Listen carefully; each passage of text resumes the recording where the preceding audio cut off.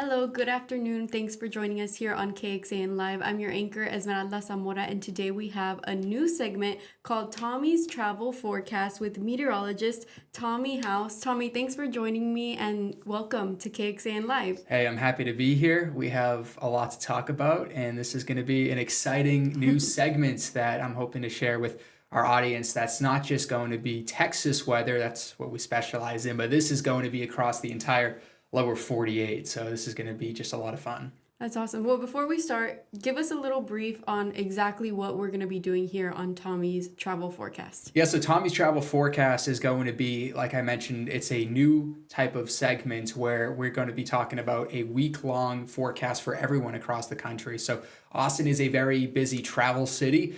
A lot of people are flying in from California or heading to the East Coast, way up north or south. So this factors in everything across the country. We know in the spring months that things get busy. So we're not just looking at things in our backyard weather-wise, but big picture for the lower 48. So there's never going to be a dull moment on this Tommy's Talks weather here. Yeah, especially right now we have South by Southwest. So many people flying in and out. It's great for them to kind of tune in here and see what the weather is going to be like on their way home. That's right, and I'm excited to share a lot of stuff that we have here for the show. Well, let's jump right into it. Our first segment. What are we going to talk about today? Yeah, so I want to start with current conditions because this is going to lead up into the forecast itself. There are a few different things I want to point out on the clouds and radar. If you recall, yesterday our cold front moved through and that brought cooler temperatures today. So in Austin here, we have high temperatures in the lower 60s. Now that low pressure system attached to that cold front is much farther east, somewhere over the Gulf, and that's bringing some rain showers for multiple states across the Deep South. This includes Arkansas, portions of Louisiana, Mississippi, Alabama, Georgia, as well as South Carolina and the panhandle of Florida. Let's zoom on in and look at it real quick. So there's the red L, which is the low pressure system. You can see our clouds that are pretty much stretching from eastern Texas all the way up until the Atlantic. So this is a huge chunk of some showers and storms and maybe some sneaky severe thunderstorms as well. So we already have an active warning down toward Florida. And you can just see the coverage of rain that this is stretching across hundreds of miles. So as this low pressure in the Gulf continues to move eastward, could see a few more rounds of some showers and storms for northern Florida in the coming few hours. So today specifically, this would be a rain or a excessive rainfall concern. Nothing too crazy, but still something just to keep an eye on. Up toward the northeast, we're seeing a little bit of some snow shower activity. A lot of this is mountain-induced, so the Green Mountains and Adirondacks. This is northeastern portions of New York, as well as western Vermont. We have the White Mountains in New Hampshire and some light snow showers for the western portions of Maine. We're getting a lot of northeasterly flow coming in from Canada, so that's contributing to some cooler weather, cooler than normal for the New England and Northeast area. Midwest is looking mostly dry, so I'm going to take you out to the Northwest where we're having our next low pressure system that's going to be bringing in just a lot of moisture coming in from the Pacific itself. It's like think of it as a river of moisture of some sorts.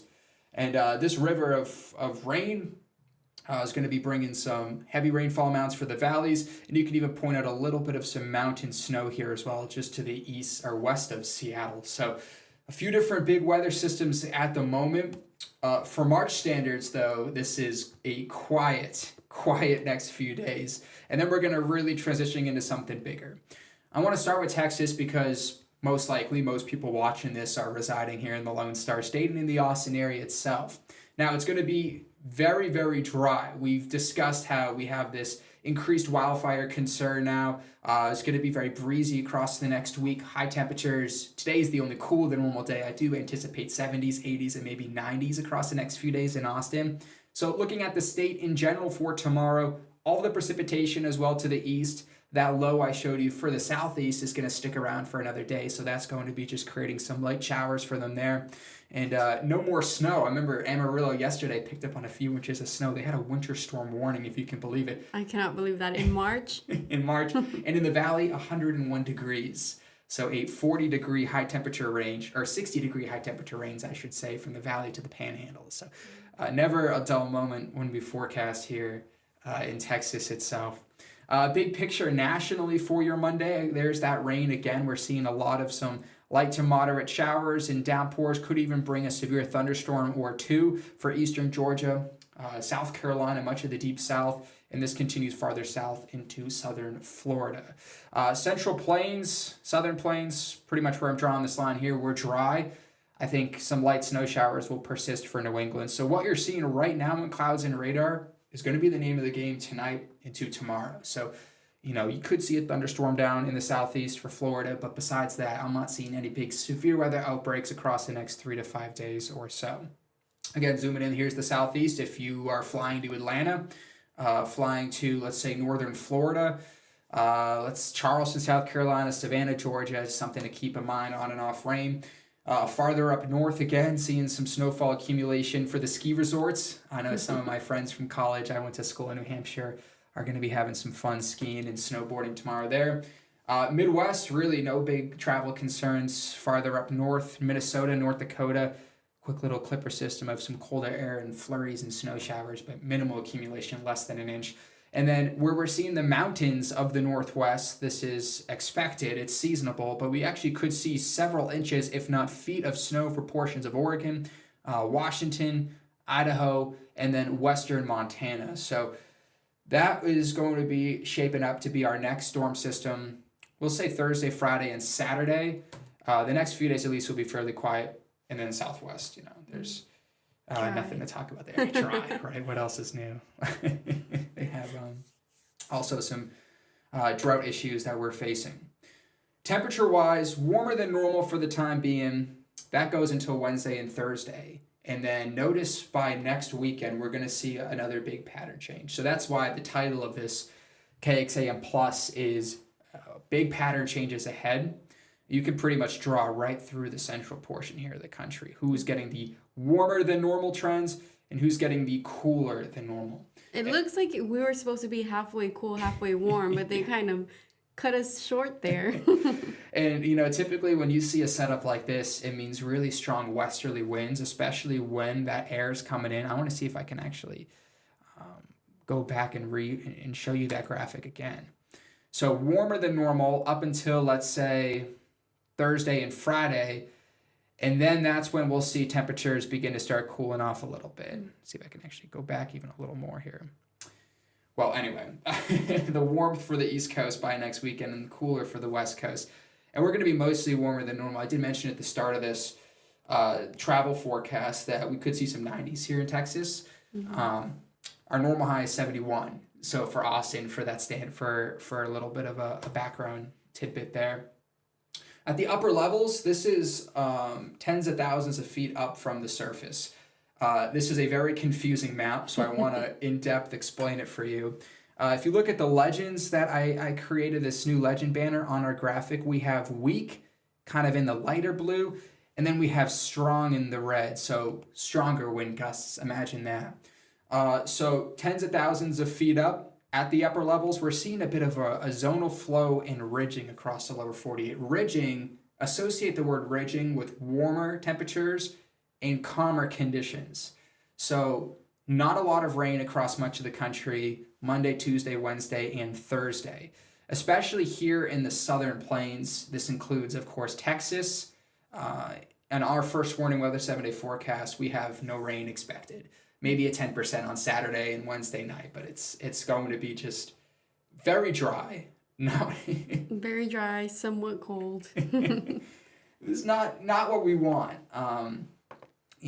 It's a rainy season that we're beginning to enter, and we're not really seeing the rain. So this ridging is going to continue up until, let's say, Wednesday, Thursday, and Friday. And then I want to point something out here. I'm going to draw. Do you see this dip where we're seeing kind of these isobars dipping down across the Rockies? Mm-hmm. That is a trough. And a trough you can associate with stormy conditions. It's essentially just transporting our polar jet stream, which is cold air in Canada, all the way down south. And most people know this, but when you have the clashing of the cold air and the warm air, mm-hmm. that's what creates those thunderstorms. So Friday and Saturday, I'm watching for a very big severe weather setup. Now, this does not include Austin. Not that we wish for severe weather here, but we want the heavy rain with the thunderstorms. We actually had a good sell yesterday down in Coda, and I was jealous watching the weather camera, seeing all the rain they were getting, and we were dry here at the studio. But this is going to be Friday into next Saturday. And why am I showing you this a week out? Well, at the upper levels, do you see these little arrows of winds blowing in from the southwest? That is at the upper levels, winds coming in very strong, over 100 miles per hour. And that creates some sort of atmospheric spin. So when you have the thunderstorms and at the surface, winds are coming in out of the south, and then far up at the upper levels are coming out of the west. If you can imagine southerly flow versus westerly, higher up, that's what causes rotation and the potential for some severe thunderstorms. So this is from a weather nerd, meteorologist perspective, a bowling ball trough. That is what we like to call it. Associated with a lot of storms. Let me see if I can clear out all the drawings here, because I did. It's a little canvas. I expect probably portions of eastern Texas up through the plains. My marker's kind of crashing out here. Down toward the deep south. Somewhere in this circle with a setup like this, if this does verify, I know it's still a few days away, we're going to be watching closely for some storms. A few days ago, actually, maybe a week ago or so, we had some storms similar to this, right? We had a trough that came in, actually produced a few tornadoes down in Mississippi.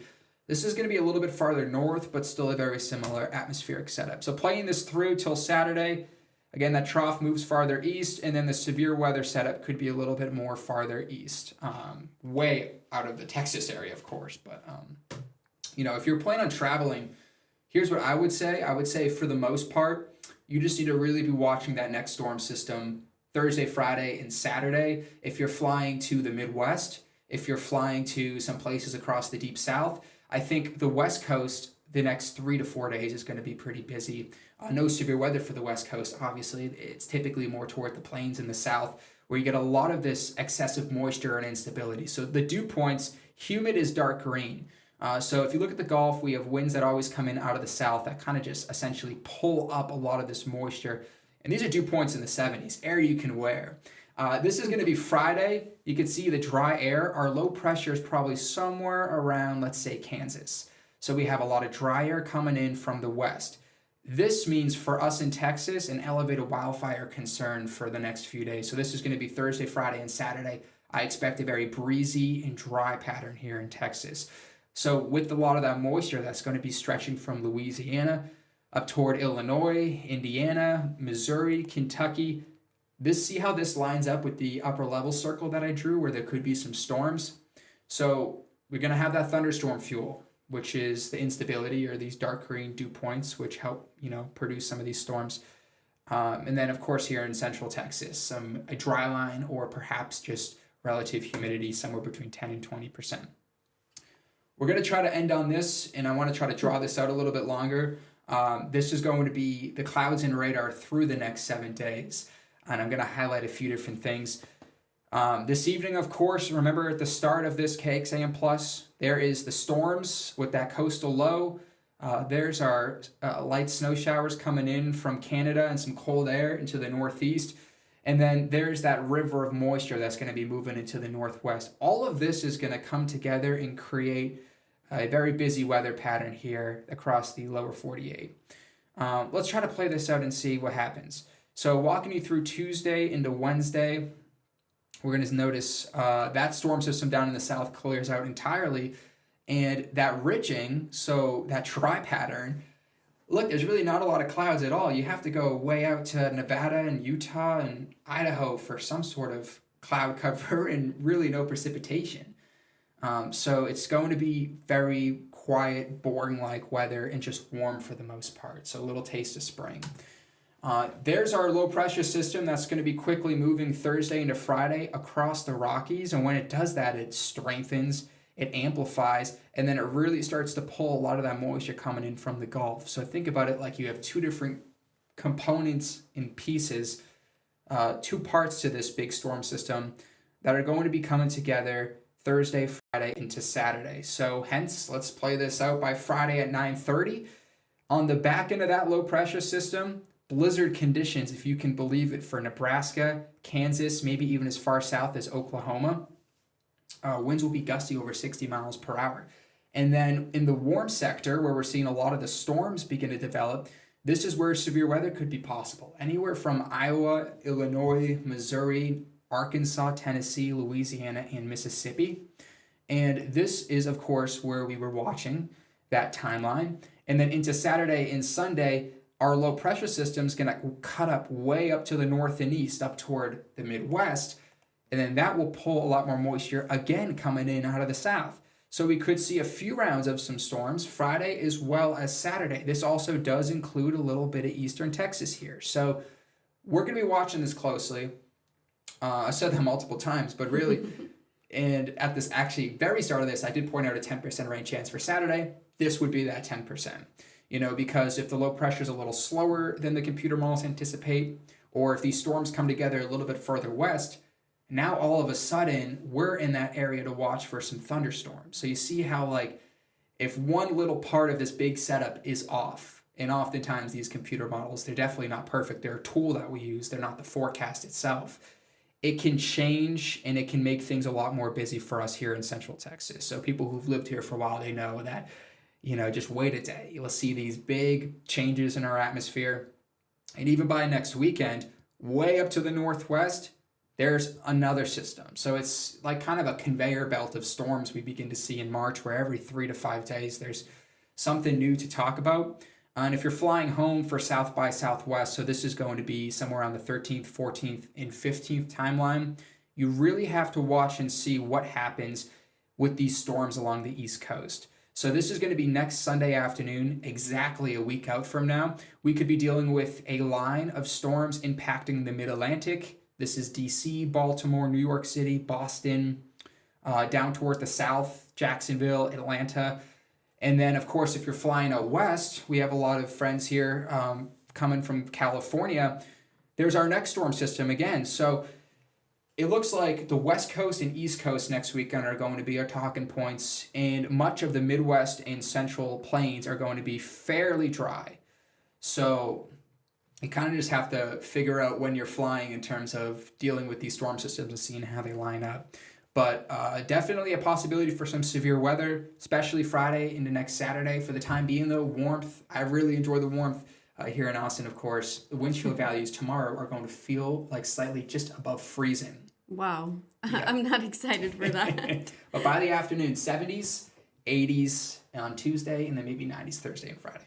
It sounds like a perfect start to the week, and then it warms up throughout the rest of the week. Keeping us on our toes. We're busy. Well, when you did send me your article to read on this specific stream, what stood out to me was that you said March is known to come in like a lion. Yes. Why is this? Why do they say that? Yeah, it's in like a lion, out like a lamb.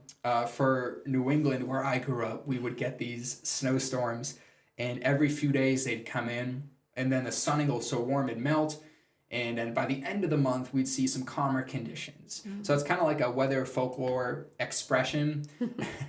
Here in Texas, it's always a lion. I think, maybe during the summer months when we get some good high pressure ridging and it's 100 every day plus. But the springtime, this is kind of our Super Bowl as meteorologists. Is every day we're constantly looking at models and upper level diagrams and soundings, which are just basically a profile of the atmosphere from the surface to 30,000 feet up. So never a dull moment, never a boring day here, which is great. I love the weather, I love talking about it. But I would expect in March, the next few weeks, we're going to see a lot more storms. It's also a unique time because we do get the cold weather still. So blizzard conditions for the plains. You wouldn't think it, but sometimes, of course, in Texas, like yesterday, it snows in March. Yeah. And then it can also be 100 degrees in Texas in March. So a lot of land to cover. It's like day to day. It's totally different. Yeah. Well, absolutely. I do love this new segment we're doing. It's nice to take a big look at the bigger picture than just focusing on our area and seeing maybe if somebody wants to travel and doesn't know if this weekend's a good time, maybe next weekend is a better time. It's perfect to hear from you what your thoughts are on all that. Yeah, happy to help, and I love to share my passion of weather. Well, we do have that article I was talking about. What can you tell us about this article? What can readers find in here? So this will be a weekly updated article posted Sundays, because I try to post it the day of this KXAM Plus, because then we can be able to have the most up-to-date and informative computer models that aren't old. I'm going to put the forecast cover period on there, which is from the 9th today till next Sunday. So we go week by week. So every week there's going to be a new forecast article. Snapshot overview of what's happening. I'm going to keep a little overview paragraph box at the top in case you don't want to read the whole thing. You just want to know what's happening. And I do expect that I expect the forecast to be longer as we progress through the springtime, because this is kind of unseasonably quiet right now. So, by April and May, it could be 3, 4, 5 severe weather storms. So, well, fingers crossed they're not too crazy. Yes, fingers crossed. Well, thanks for joining us here, Tommy. We're excited to see what we talk about next Sunday with you, and welcome to KXAN Live. Thank you for having me.